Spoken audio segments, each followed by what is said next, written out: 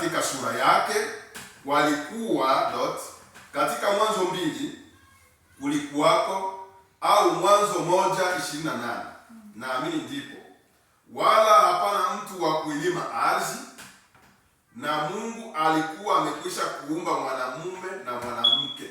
Nasikia tayari Adam Eva naye alikuwa ameshaumbwa pale, lakini alikuwa supro, alikuwa bado hajaonekana, lakini tayari Mungu naye muumba.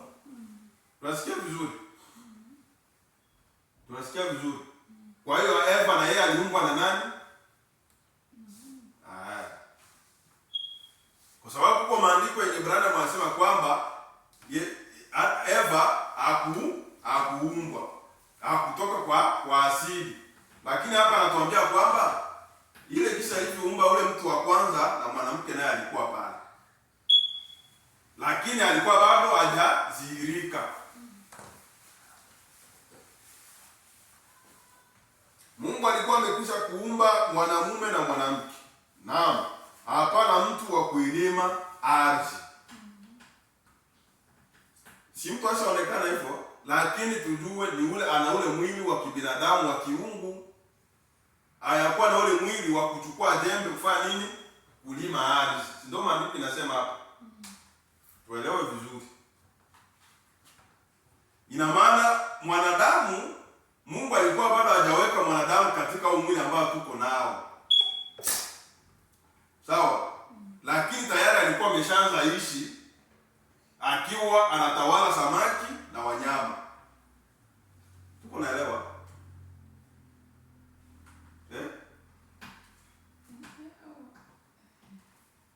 Au ufuate kisi tunasoma na. Sisi tunauliza kama tunaelewa. Narudilia. Mungu alipoumba mwanadamu. Tulisoma hapa kwenye Mwanzo 26. Mwanzo 1:26. Bwana Mungu akaumba mwanadamu, akasema na tumfanye mtu kwa mfano wetu, akatawale samaki wa baharini na ndege wa angani na kila kitambaacho juu ya nchi. Ule mwanadamu mwenye aliumbwa.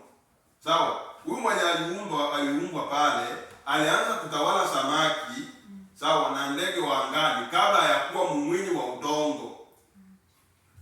Si ndio maandiko ilisema akatawale. Sawa? Sasa Bwana hapa anatuambia hivi, ule mwili ambao Mungu alikuwa nao katika ile kisima ile kisima ambayo tulisoma hapa cha rangi 7. Ilikuwa na rangi 7, roho 7. Sawa? Ukatoka logos. Sawa? Ukatoka logos. Nabii anasema hivi, ule logos ule ni mwili wa kiungu ambao ndio umbo la kwanza la nani? La Mungu, la ubinadamu. Inakuaga ni ukisikia logo ni mwili wa binadamu, lakini ni wa utukufu ambao hauko wa udongo, lakini una umbo la mwanadamu. Ndio hapa nilisema kwamba Musa alimuona, akaona mgongo, akasema ni mgongo kama wa mwanadamu. Ile kuona mgongo kama wa mwanadamu ndio ile logos ambayo ilikuwa form ama umbo la kwanza la Mungu kuwa nalo la kibinadamu kabla ya kuwa hapa. Kabla ya kuja hapa katika kukomboa mwanadamu. Umbo lake la kwanza ilikuwa logos yenye Musa aliona. Sawa? Sasa ndo akaumba mwanadamu. Yeye kuumba ule mwanadamu, akamuumba kwa mfano wake, ile logos ile. Ile logos ile ndo alikuwa Adamu. Si Mungu ni roho. Sasa ndio maana nisema hivi, ile roho usifikirie kwamba ni kitu cha hewani hivi. Ni roho ambayo iko na mwili. Ile roho ukisikia roho ni mwili. Mungu ni roho. Sawa, alipoumba mtu wa kwanza aliumba mtu roho. Sio kwamba eti ile roho haikuwa inaonekana. Ile roho ni mwili. Sawa? Ni mwili. Tunaelewa? Sikiana jana nasema.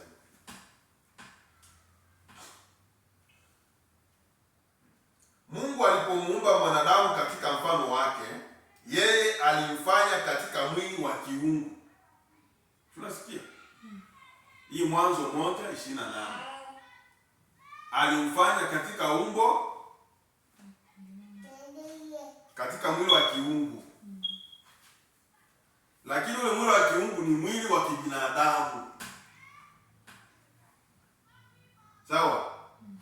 wa kibinadamu tofauti na huu wetu.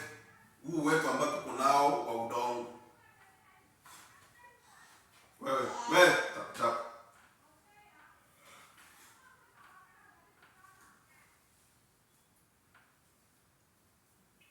Tunaendelea. Sasa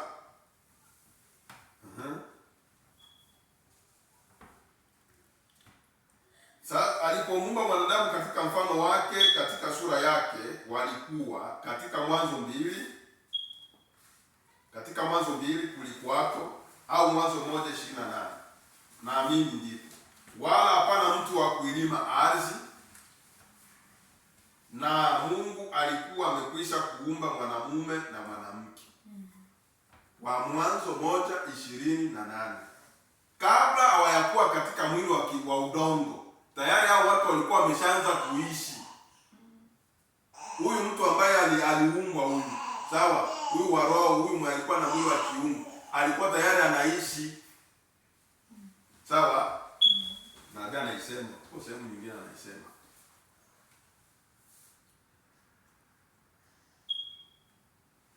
Naam, hapana mtu wa kuilima ardhi. Ndipo Mungu akamshusha mwanadamu kidogo zaidi na kumweka katika uhai wa mnyama. Nasikia? Ule mwili wa kiungo ule si ni roho. Ule mwili wa kiungo kwa maneno mengine ni roho, lakini ni mwili ambao unatembea na ndio ambao ulikuwa na mamlaka ya kutawala samaki na ndege wa angani. Mungu ndo akaenda sasa kulingana sasa na Mwanzo 2, unataka anza usinzia sasa. Mungu sasa ndo akafanya aje? Akamshusha ule mwanadamu. Kumshusha yake ilikuwa ni kumtengenezea mwili mwingine. Atoke mule mwili wa utukufu, aingie mwili mwingine wa ardhi, wa udongo, ili apate kufanya nini? Kulima. Awe mlimaji. Sasa ndo awe liye na huu udongo ambao tunakanyaga huu. Kwa sababu ule mtu wa kiroho ule hakukuwa na uhusiano na udongo. Sawa? Hakukuwa na uhusiano na udongo. Kwa sababu ule mwili haukutokana na udongo, ni wa utukufu. Sasa ndo Mungu akautengenezea, sawa, mwili ambao unamfanana na ule udongo, ili sasa uwe liye, uambatane na udongo, ili aguse mti hivi, ashike jembe, ashike mpanga, alime ardhi, kila kitu afanye kama mwanadamu wa kawaida wa udongo. Lakini deja mule ndani ana ile roho ya nini? Ya kiungo ambayo ilitengenezwa na nani? Na Mungu. Ndipo Mungu akamshusha mwanadamu kidogo zaidi na kumweka katika uhai wa mnyama. Hiyo ni mwili huu. Nasikia? Mwili wa mnyama ni wa wapi? Niko naenda polepole kwa sababu tuelewe. Kwa sababu Biblia inasema nyoka alikuwa ni mnyama. Sawa? Nyoka alikuwa mwerevu sana kuliko wanyama wote waliokuwa kondeni ambao Bwana Mungu aliowaumba. Ndio maandiko yanavyosema. Bwana anaweza sema huu mwili ni nini? Ni mnyama. Ni mfano wa nani? Mnyama.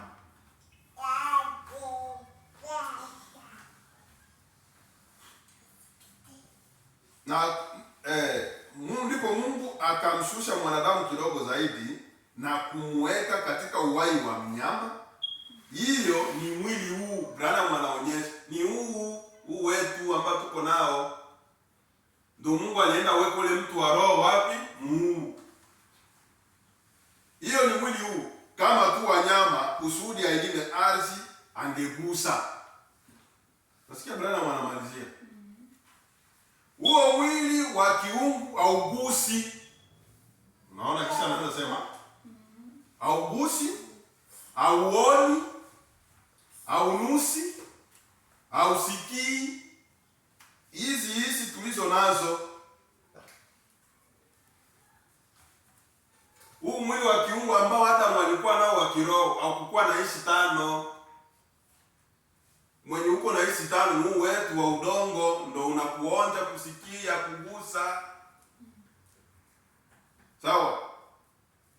Lakini huu ambao hata waliumbwa nao na tumfanye mtu kwa mfano au una hisi tano.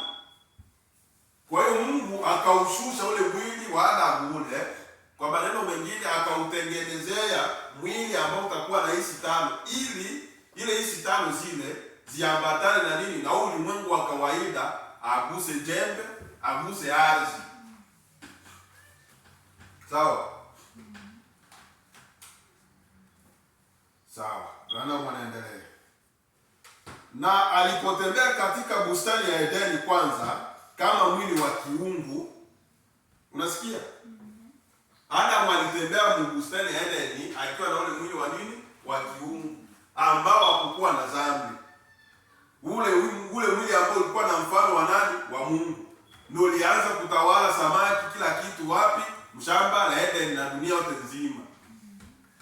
Tunaona mkisha namalizia, alitembea wapi? Edeni.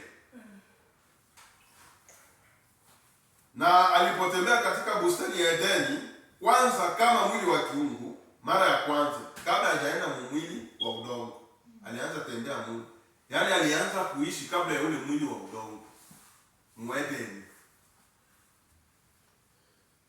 Adamu alianza kuishi mshamba la Edeni, sawa? Kabla ya nini? Kabla ya Mwanzo 2. Kwa sababu Mwanzo 2 ndio sasa akapuliziwa pumzi ya uhai ule mwili na akasimama. Na Biblia inasema anatia mabawa kama Roho Mtakatifu alivyo ndani humu sasa akitembea ndani humu. Ilikuwa ni mfano na Biblia inatoa jinsi Adamu alivyokuwa anatembea mshamba la Edeni katika umbo la roho, ule roho wa Mungu, ule logos, sawa? Ni sawa sawa na Roho Mtakatifu jinsi anavyotawala nini? Kanisa. Anavyotembea wapi? Kanisani. Unasikia vizuri? Ndio. Sikia. Kwanza kama mwili wa kiungu, yule mtu wa kwanza kama mwili wa kiungu alivyotembea mshamba la Edeni, aliishi maisha ya wanyama.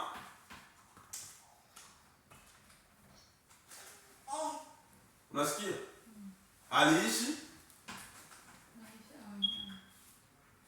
C'est-à-dire alidumu kumiliki, kutawala wanyama wa ndege wa angani ambao Mungu alimpa yale mamlaka. Ndio ile kuishi na wanyama. Yaani alikuwa na autorite na mamlaka juu ya kila kiumbe ambacho Mungu alikiumba hapa duniani.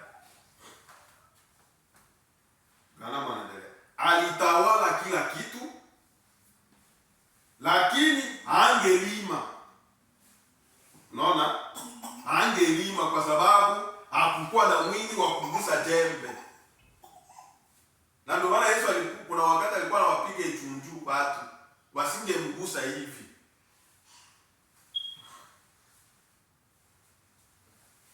Hapa hivi kuko viumbe ambavyo hatuvioni si viko hapa hivi. Unaona? Roho Mtakatifu iko hapa hivi, lakini hii udongo hii hautamuona kwa sababu haviambatani na ule mwili ambao iko nao. Ndio kisha Adamu alikuwa hapa. Alikuwa na mamlaka ya kutawala wanyama, kila kitu. Angesema kitu na kinafanyika, lakini hangelima kwa sababu hakukuwa na mwili ambao ulikuwa sawasawa na wanyama. Kwa hiyo Mungu ndo akafanyaje? Akamtengenezea mwili ambao uko sawasawa na wanyama ili wawe na mawasiliano. Yaani sasa Adamu aguse simba, simba nayo iguse nani? Adamu. Kwa sababu wamekuwa na mwili huu mmoja. Sawa? Huko apenda usinzio.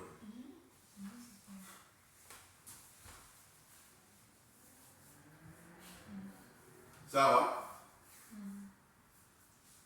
Aliishi maisha ya wanyama, alitawala kila kitu, lakini hangelima. Ona. Kwa hivyo Mungu alimuweka yeye katika mwili huu apate kuilima ardhi. Ndio Mungu sasa akatengeneza mwili wa udongo, ili sasa yule mtu mwenye anamiliki wanyama kiroho au sasa ni mwili wa udongo, wakagusane sasa na simba na chui na kadhalika. Afanye nini? Awe mkulima sasa, kwa sababu Adamu wa kiroho asingelima na asingeanguka kwenye dhambi, kwa sababu yule roho yule ndiye Mungu. Adamu alipokuwa na ile umbo ya kiungu ya logos, asingeanguka na dhambi, kwa sababu ile mwili ile haihusiani na dhambi. Kile kinasababisha mtu aanguke hadi au mwili ndio unamwangusha. Sawa? Na ndio maana Adamu alipoanguka, alianguka katika mwili wa udongo. Ndipo Mungu akaja kumtafuta, akamwambia niko najificha huko, niko uchi. Akamwambia, nani alikwambia uko uchi? Si ndio Mungu alimuuliza. Sawa? Ina maana yule mtu wa roho ule tayari alikuwa ameshaingia giza. Ndio maana Mungu alimtafuta kwa aone sura yake tena ndani ya Adamu. Yule mtu wa roho ameshachafuka. Yule Adamu wa roho ameshachafuka. Unasikia? Si kwamba eti Mungu hakuwa anamuona Adamu. Alikuwa anaangalia yule mtu wa roho ambaye yuko angalia aliyekuwa ndani, amuone tena yuko wapi, ameshachafuliwa. Ndio maana alisema Adamu uko wapi? Ina maana ule Mungu roho ule ambaye alitengeneza ule mwanadamu wa kwanza ndani ya Adamu, sawa, alikuwa ameshazingirwa na nini? Na dhambi, alikuwa ashachafuliwa. Na ndio maana Biblia inasema kwamba nafsi itendayo dhambi ndio itahukumiwa, hapana mwili. Mungu haangalii mwili, anaangalia nafsi yako yenye iko na yenye inaendesha mwili, ndio yenye itahukumiwa. Na ndio yenye alihukumu. Na ndio yenye shetani alikuwa analenga, kwamba achafue yale mamlaka ambayo Adamu alipewa ya kutawala hapa duniani. Ndio yenye shetani alikuwa analenga.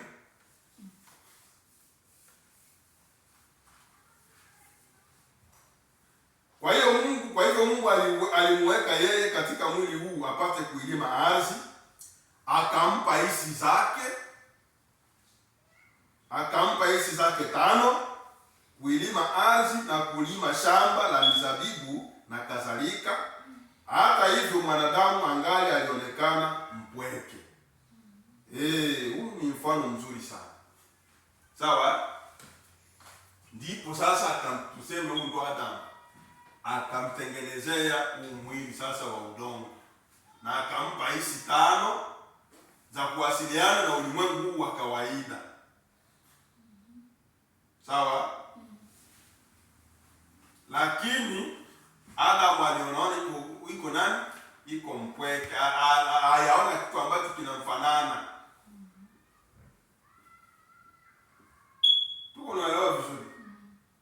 Hayapata kitu ambacho kinamfanana. Je, wanyama wakuwepo? Huu mwili hapo mfano wa nyama? Si mfano wa nyama. Tunafanana wanyama. Sawa? Huu ambao tuko na ukiangalia na wa makako ni huu. Wa mbwa ni huu. Na gani sema tofauti ni nini? Nafsi. Huu mwili ni sawasawa na wadudu. Huu mwili ni mfano wa nyama huu ambao tuko nao.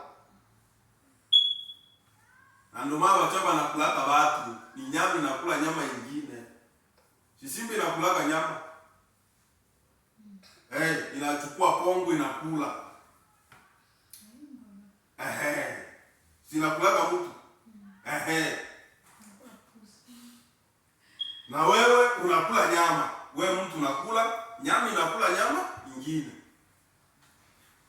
Ndio kisa alikuwa Adamu sasa ule wa pili, sasa ule wa Mwanzo 2:7. Mungu akamtengenezea hiki kimaskani cha udongo sasa, ambacho kilikuwa kinafanana nani? Na mnyama kama simba, kama dubu. Utasikia branda maneno sasa. Lakini hata hivyo hakuridhika. Akajiona kwamba iko mpweke. Tazama, kwa kuwa yeye alipoumbwa kwanza aliwaumba watu wawili pamoja. Unasikia? Mfransa wanaita dualite, yaani viwili. Yaani Adamu alipoumbwa na tuumbe mtu kwa mfano, deja mlikuwa mtu mwingine pale mara mbili. Aliumbwa mwanamume na mwanamke. Huyo mtu alikuwa hivyo. Adamu alikuwa hivyo. Alikuwa na roho ya kiume na ya kike. Biblia ilisema alikuwa hivyo. Mungu alimuumba mtu akiwa mwanamume na mwanamke pia alimuumba. Tazama sasa, mtu alipotenganishwa na ule mwili wa kiungu, unasikia? Na kuwekwa katika mwili, yeye hakuwa pale kabisa. Sehemu yake ilikuwa ingali ule mwili wa kiungu. Unaelewa? Adamu alipotoka kwenye ule mwili wa kiungu kuingizwa kwenye mwili wa udongo, sehemu yake sehemu ya Eva bado ilikuwa ya kiungu, ilikuwa bado yachukua mwili wa nini? Wa kibinadamu.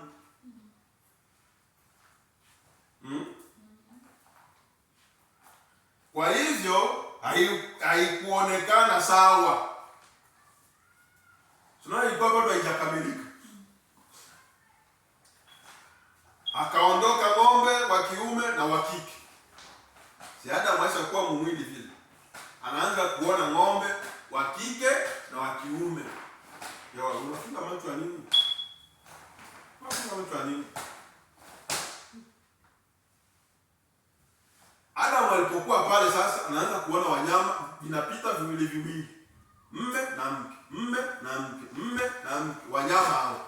Bwana anasema ng'ombe dume na dike wanapita. Akaondoka ng'ombe wa kiume na wa kike, akaondoka farasi na akaondoka ndama na kadhalika, wawili. Lakini Adamu yeye kulikuwa na kasoro fulani kwake hapo. Wanyama wanapita viwili couple. Bora mimi niko peke yangu, sina mwingine. Sawa? Adamu alikuwa ajui kama mwenye alikuwa anajua siri ya kujua kwamba Adamu yuko na roho wa kike na wa kiume ni Mungu mwenyewe. Unasikia hivyo? Adamu hakuwa anajua kama yuko na roho ya kike. Mwenye alikuwa anajua ni Mungu, lakini kilisababisha Adamu ajiulize ni baada ya kuona mbona vile viko viwili, viko vya kike na vya kiume na mimi niko peke yangu tu. Mbona sikamiliki? Unasikia? Akawa anajiuliza hayo maswali. Aisha kwa mwili wa udongo. Lakini alipokuwa katika ule mwili wa roho ule, hakujiuliza hayo maswali. Alikuwa anatawala tu. Sawa? Bwana anaendelea. Shauko hiyo ilionyesha kuwa kuna mwenziwe anayemngonja. Shauko hiyo ilionyesha kuwa kuna mwenziwe anayemngonja. Ngoja. Sawa? Mwafahamu? Nabii anauliza, je, mnaelewa? Nabii anauliza, mnaelewa? Na mawazo kwamba hatuna budi kufa hapa, ya kwamba tunasumbuka na kuhangaika, nasi tunatumainia uzima ambao hauna kifo. Inaonyesha unatungoja sisi. Ona.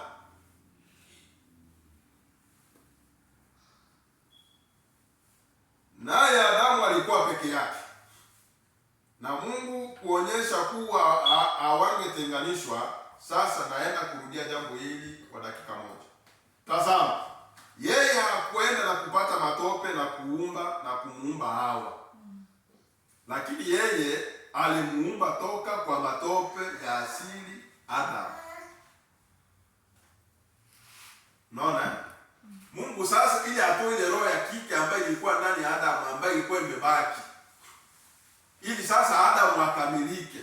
Ndio ile mwanzo Mwanzo 2. Sasa Mungu akaona si mwanaume Adamu akae peke yake, akamtengenezea nani? Mwanamke. Sawa? Na Biblia anasema hivi, ndipo Mungu sasa akaenda amlaza Adamu usingizi ili atoe ubavu wake wa Adamu kwenye ule mwili mmoja. Ndio maana Biblia anasema Mungu hakwenda kuchukua matope nyingine, yaani hakwenda kuchukua udongo mwingine ili atengeneze Hawa, bali alichukua kwa ule mwili ambao alikuwa ashamtengenezea Adamu, ule wa udongo. Ndio kwenye alienda toa nini? Ubavu, amtengenezee kiumbe kingine ambacho kitakuwa ndani ya ile roho ya kike, ambacho hicho kiumbe kitawekwa roho ya nini? Ya kike. Sawa? Akatwaa ubavu kati ya mbavu zake na kumfanyia msaidizi, na huyo alikuwa Hawa. Yeye aliumbwa kwa ajili ya mwanamume na sehemu ya mwanamume, si ndio hivyo? Hawa alikuwa sehemu ya Adamu mwanzoni katika uumbaji, katika mwili wa kiungu.